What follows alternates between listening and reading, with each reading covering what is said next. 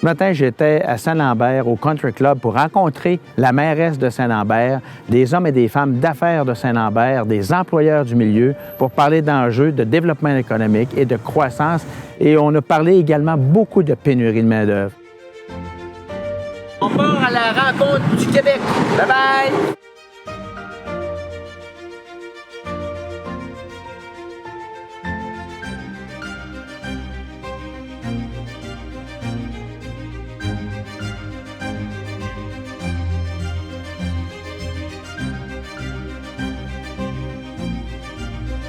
Cette tournée du Québec nous permettra de recueillir les réalités économiques, les réalités sociales, les réalités environnementales du monde municipal, du monde économique et des employeurs du Québec.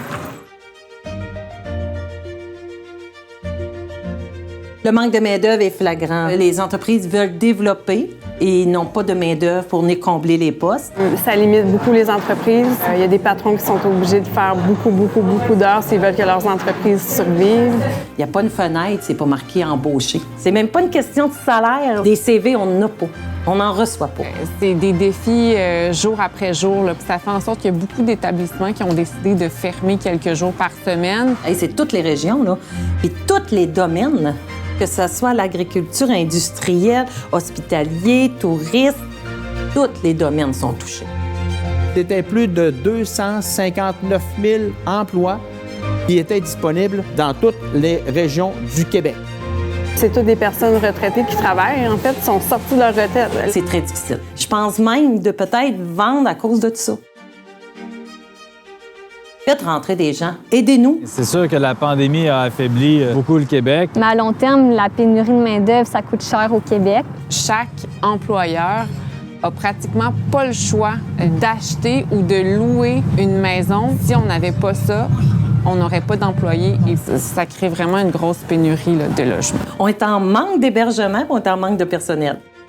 Au niveau des coûts puis au niveau du stress avant la saison touristique est énorme. Tu sais, quand on cherche un cuisinier, il faut oublier le fait qu'il soit formé en cuisine. Il faut nous le former. Fait que ça coûte beaucoup plus cher à l'entreprise. Dans notre cas, on cherche des boulangers, des pâtissiers. Donc ça, à un moment donné, ça va finir par nous rattraper. Je vois à travers les réseaux en France qu'il y a des boulangers français qui cherchent à partir à l'étranger. Et après, c'est le temps qu'ils reçoivent leur permis, leur visa. Ça peut aller jusqu'à un an, et un an, on attend de mourir. On a mis environ 1 an et demi à venir, alors que ma femme est diplômée d'un doctorat. Surtout lorsqu'on regarde les défis et les enjeux auxquels nous sommes confrontés au Québec par rapport à la courbe de notre population, qui est plus vieillissante ici qu'ailleurs.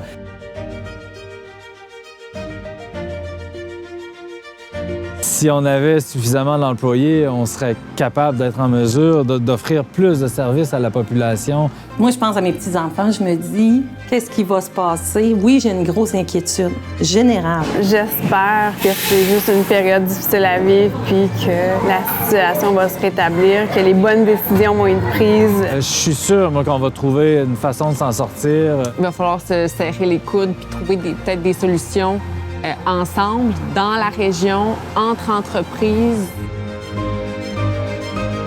Nous serons plus de 1 milliard de francophones dans le monde d'ici les 40 prochaines années. Lorsqu'on regarde le potentiel économique que tout cela représente, les frontières du Québec ne doivent pas servir de rempart, mais davantage comme tremplin pour permettre aux entreprises du Québec de pouvoir rayonner à travers la francophonie mondiale. Bien, servons-nous justement de cette possibilité, de ces capacités que nous avons pour rayonner pas seulement au Québec et au Canada, ni en Amérique, mais à travers le monde.